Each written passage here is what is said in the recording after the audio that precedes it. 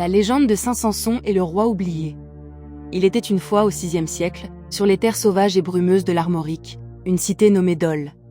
L'air y était lourd, imprégné non seulement du sel marin, mais aussi de la peur. L'ombre des royaumes francs et la main de fer d'un tyran local pressaient sur l'âme bretonne. Ce tyran était Conomor, qu'il fût roi ou comte, son règne n'était qu'une brutalité et un arbitraire sans fin. Il tordait la loi pour servir sa cruauté, et les paysans, les nobles comme les prêtres, pliaient sous le joug de ses collecteurs d'impôts et de ses exactions impies. Mais dans cette obscurité, une lumière demeurait. Saint Samson. Évêque, abbé, homme de foi inébranlable, il était le roc sur lequel l'espoir de la Bretagne venait s'échouer. Il ne portait pas d'épée, mais la puissance de sa parole et sa détermination à défendre les faibles valaient toutes les armées.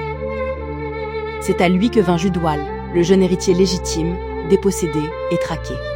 Judoal était le symbole de ce qui aurait dû être la justice et l'ordre. Il se glissa dans la cathédrale de Dole, le cœur lourd d'un fardeau trop grand pour sa jeunesse. « Monseigneur, la seule force qui puisse contrer la cruauté de Conomor n'est pas ici, » chuchota Judoal. « Nous devons chercher appui auprès des Mérovingiens, auprès du puissant Childebert Ier, roi des Francs. » Samson mesura l'abîme du danger politique, puis répondit « La justice ne connaît pas de frontières, nous partirons. » Le voyage fut long, périlleux, à travers des forêts sombres et des marécages traîtres, loin de la protection de la côte.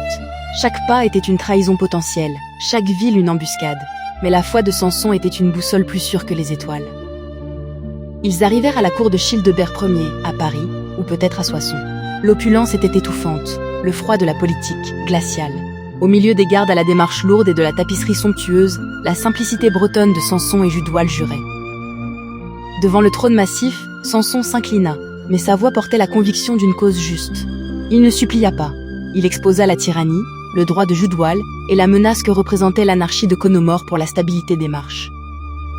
Le roi franc, dont la sagesse n'était dépassée que par son ambition, comprit l'enjeu.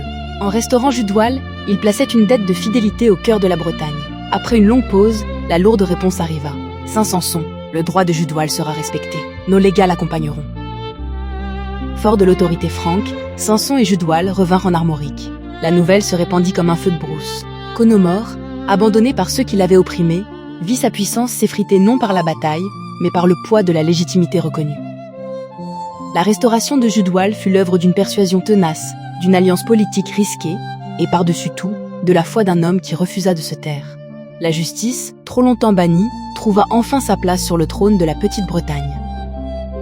Et c'est ainsi que Saint Samson, le pèlerin et le diplomate, le défenseur de la loi divine et humaine, fut à la fois le père fondateur du siège de Dole et le restaurateur de l'ordre en Armorique. Un testament que même la brume du temps n'a pu effacer.